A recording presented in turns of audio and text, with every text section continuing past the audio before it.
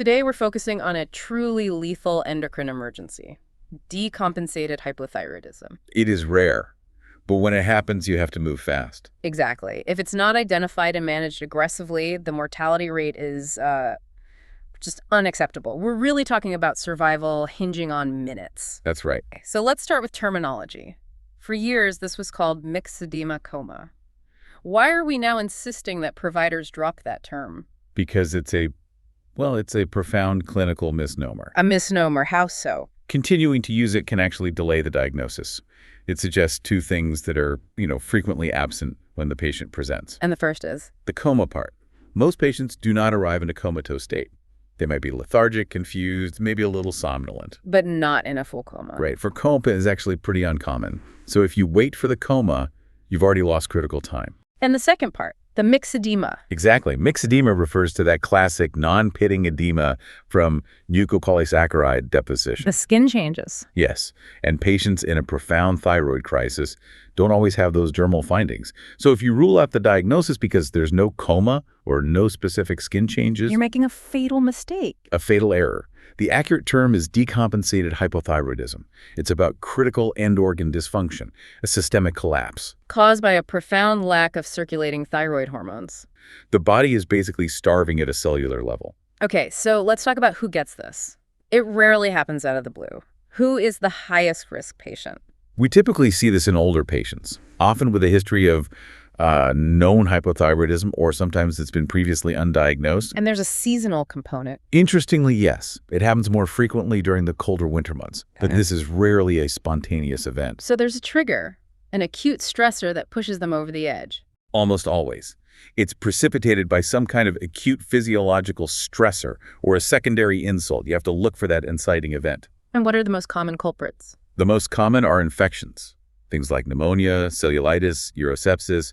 The body needs this intense metabolic response to fight infection. But the thyroid hormones just aren't there to support it. Precisely. And environmental triggers, too, like prolonged cold exposure.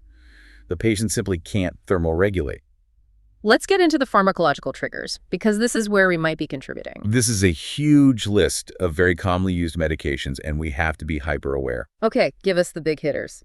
Amiodarone, lithium, opioids, SSRIs, the selective serotonin reuptake inhibitors, and neuroleptics are all documented precipitants. Hold on, let's unpack two of those. Amiodarone is famous for thyroid issues, but often hyperthyroidism. How does it cause this? That's a great point. Amiodarone has high levels of iodine, which can initially suppress thyroid hormone release.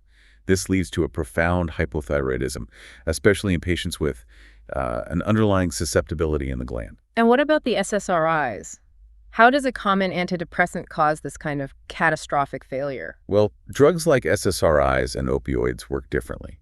They can affect central regulation, altering that whole hypothalamic pituitary thyroid axis. So they disrupt the signaling. Exactly. Or they might increase the clearance of circulating thyroid hormones, effectively starving the periphery. That really changes how you think about screening these patients. What about other acute medical events? Oh, absolutely. Any event that pushes the body's metabolic demand past its supply. A myocardial infarction, a cerebrovascular accident, major trauma.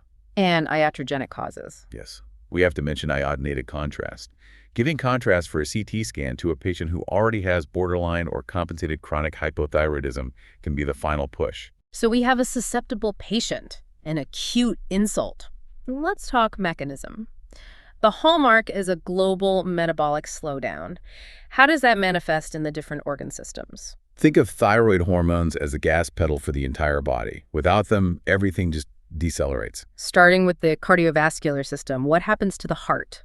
In the heart, you lose both muscle contractility, that's in atrophy, and the heart rate, or chronotropy. So it's beating weaker and slower. Exactly. That leads to profound bradycardia and a severely reduced cardiac output. Clinically, you see refractory hypotension that just won't respond to standard pressors. And when cardiac output drops, the brain is next. What's the spectrum of neurological symptoms? Reduced cerebral blood flow leads directly to altered mental status. And this isn't just slight confusion. It can progress to disorientation, severe lethargy, stupor. And sometimes even psychosis? Yes, in severe cases we see what's historically been called myxedema madness, which can look like an acute psychosis. You have to be able to differentiate that. And ventilation, how does that become a problem? It's a silent killer. The hypothyroid state causes two main issues. First, a decreased sensitivity to carbon dioxide, so the drive to breathe slows down. And the second? Severe respiratory muscle weakness.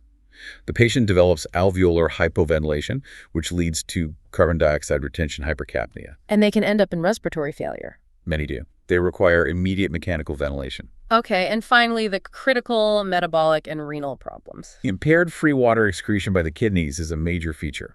It leads to profound hyponatremia. The body just hoards onto water. And blood sugar.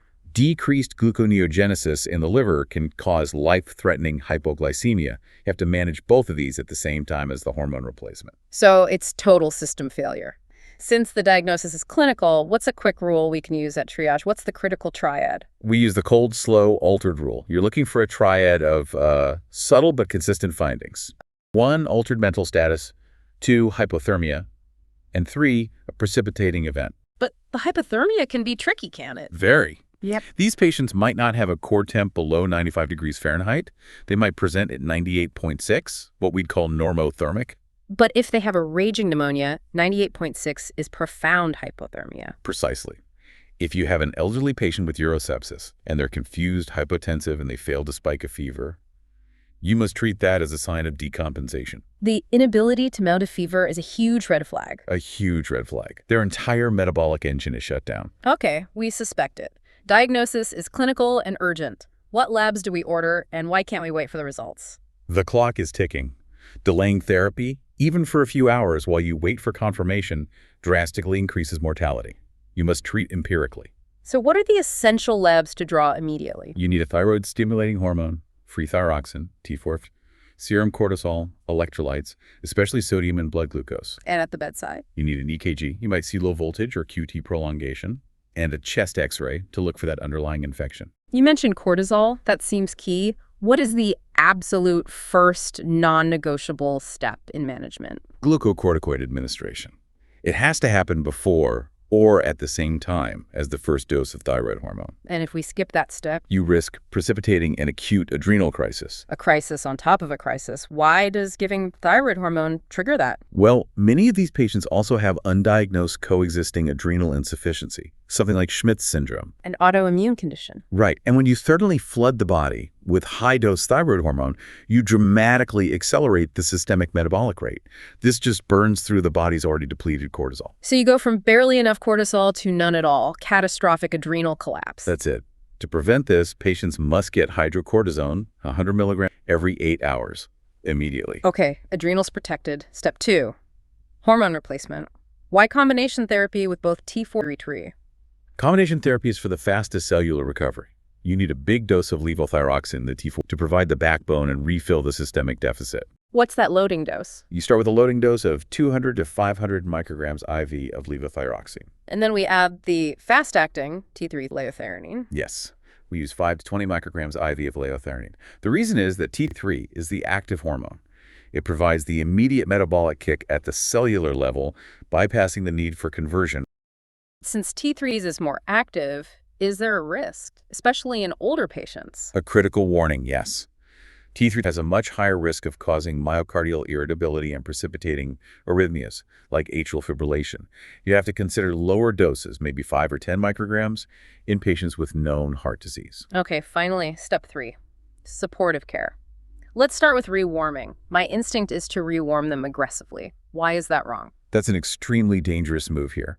You must use passive rewarming only. Simple blankets, ambient temperature control. No warming lights or heat packs? Absolutely not. Aggressive active rewarming causes rapid systemic vasodilation and in a patient who is already profoundly hypotensive. They can't compensate for that sudden drop in vascular resistance. Exactly. You'll worsen their hypotension and can cause irreversible cardiovascular collapse. And what about fluids, given the hyponatremia? It's a tightrope walk. You use isotonic fluids, but cautiously.